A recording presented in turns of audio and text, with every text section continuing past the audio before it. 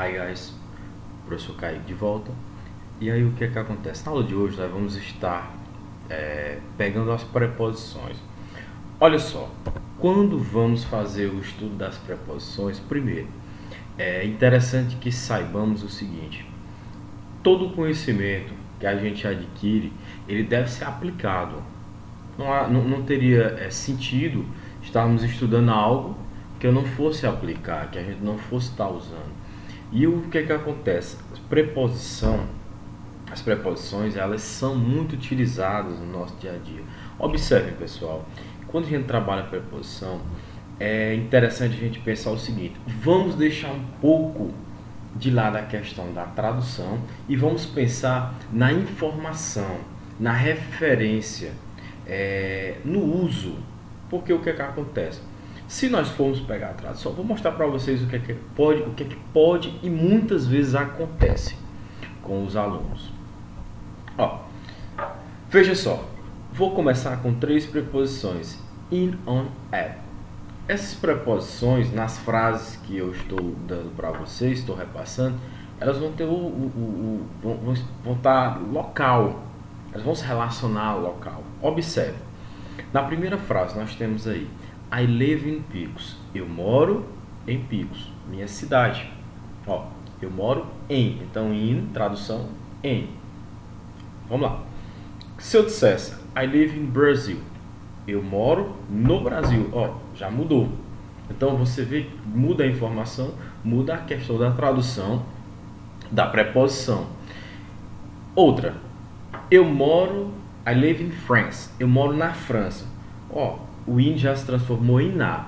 Então aí, olha só, são traduções que vão variando. Só que o que é que acontece? Se prestarmos atenção, on lá embaixo, ó, nós temos I live on Pedro Evangelista Street, que é a minha rua, certo? Ó, eu moro na rua Pedro Evangelista. Ó, on também tem a tradução de na, que lá em cima a gente viu que o in também numa situação tinha a tradução de na. Então isso vai mexendo, se a gente for traduzir, vai um pouco embaralhando nossa mente. Vamos continuar. Era I live at 10 Pedro Evangelista Street. Ó, eu moro no número 10, a rua Pedro Evangelista. O que aconteceu? Eu moro no, de novo. Mas a gente viu lá em cima que no era in. Então olha só o que acontece. A nossa mente vai acabar ficando embaralhada com isso aí. Só que o que acontece? Eu estou aqui para esclarecer isso para vocês. Vou dar dicas. Primeiro vamos pensar, tradução, a gente não se liga muito nessa parte. Vamos pensar no uso, na aplicação, onde é que eu utilizo essas preposições quando eu estiver me referindo ao local. Observe, in.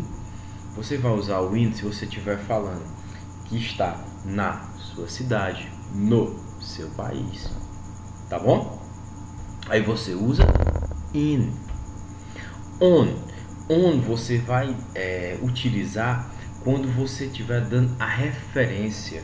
Por exemplo, eu moro na rua Pedro Evangelista. Eu não disse onde é, eu dei a referência. É na rua, mas não está especificado o número, entendeu?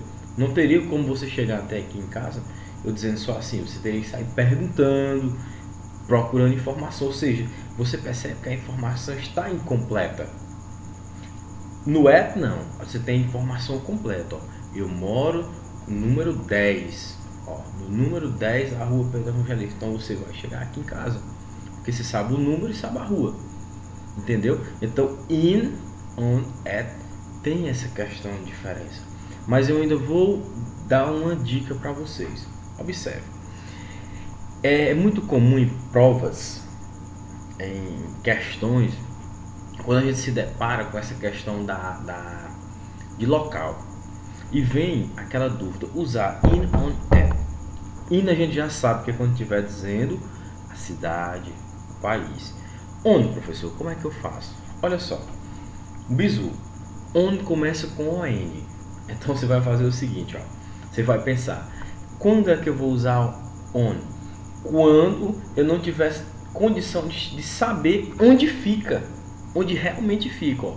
Onde é, ó, vem essa questão, onde é na rua Pedro Evangelista, mas onde? Não tem o número, não tem a informação completa. O eu vou usar quando eu tenho uma informação completa. Ou seja, pensando, ó, bizu, você pode dizer que vai até lá, porque você sabe onde é. Então você pensa nisso. Quando eu não tenho a informação completa, fica aquela dúvida, onde? Ou seja, on. Quando eu tenho a informação completa, até lá, ó, que já vou chegar direto. Então, essa é uma dica que eu dou para vocês, uma dica que sempre eu utilizei e sempre facilitou quando eu estou respondendo questões, tá bom? Então vamos para a próxima. Olha só, o que acontece? Vou de novo, professor, in, on, olha só, pessoal, mas agora é um pouco diferente, observe. O in, eu também posso utilizar ele quando eu estiver dando o tipo de ideia. Observe, the teachers are in classroom. Ó, os professores estão na sala de aula, observe. Eu uso esse in, tradução de na sala, significa que os professores estão, ó, dentro da sala de aula, tá bom? Então os professores estão na sala de aula, dentro, tá bom? Olha só, on. There are many books on the table. Ó, há muitos livros na mesa. Professor, mas nesse instante na sala de aula e o na de novo, olha a diferença, gente. On está sobre a superfície, tá bom? Então há muitos livros sobre a superfície, tá bom? Da mesa. Os livros não estão dentro da mesa, tá bom? Então essa é a diferença, tá bom? Então fica ligado nisso aí, ok? Prosseguindo, temos aqui behind, né? Professor, behind, onde é que eu vou usar ele? Ó, na frase, por exemplo, ó, the broom is behind the door. Ó, a vassoura está atrás da porta. Ou seja, quando eu quiser dizer que algo está atrás, eu vou usar behind, tá bom? In front of. In front of é o seguinte, por exemplo, se eu tivesse uma frase dizendo there is a TV in front of the bed. Ó, há uma TV em frente, ó, em frente à cama. Ou seja, quando eu estiver falando que tem algo em frente, ó, então eu uso in front of, tá bom? Over. Esse over, como é que ele vai funcionar? Observe a frase, ó. The mirror is over the table. Eu vou dizer o quê? Que o espelho está, ó, sobre a mesa, está acima da mesa. Muitas vezes a gente costuma também usar esse over quando algo expressa um movimento, tá bom? Por exemplo, se eu fosse dizer o gato pulou por cima, ó, sobre o cachorro, então eu usaria over. Quando indicar também movimento, eu costumo usar o over, ok? Under. O under é bem fácil. The eraser is under the desk. Ou seja, a borracha está, ó, está embaixo da carteira. Então essa aí a gente já fica mais fácil, né? Quando tem algo que está embaixo de outro, ok? Inside. Olha só o inside. Esse exemplo é interessante, ó. Suponha que a gente está desprotegido no momento de uma chuva. Aí o que acontece? Olha a frase. You should stay inside the building. Ó, você deve ficar dentro de uma construção, de algo que lhe proteja daquela chuva, tá bom? Então, aí quando eu estiver dizendo que algo, eu vou ficar para dentro de algo, ok? E o outside é o que? É o inverso, né? É fora. Por exemplo, no exemplo, ó, don't leave the dog outside the house.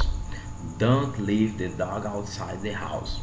Ou seja, não deixe o cachorro fora de casa. Não deixe o cachorro fora de casa. Então, outside é o contrário de inside. Dentro e fora. Então, pessoal, aí você percebe o seguinte. Fizemos o uso das preposições em frases, né, exemplificando.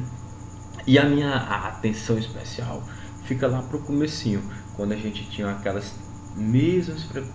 mesmas traduções para preposições diferentes, e depois nós vimos que o uso delas pode variar com relação às frases. Então, é um assunto muito interessante, muito importante, que você tem que ter na mente, saber a diferença de quando usa uma preposição, quando usa outra preposição, tá bom?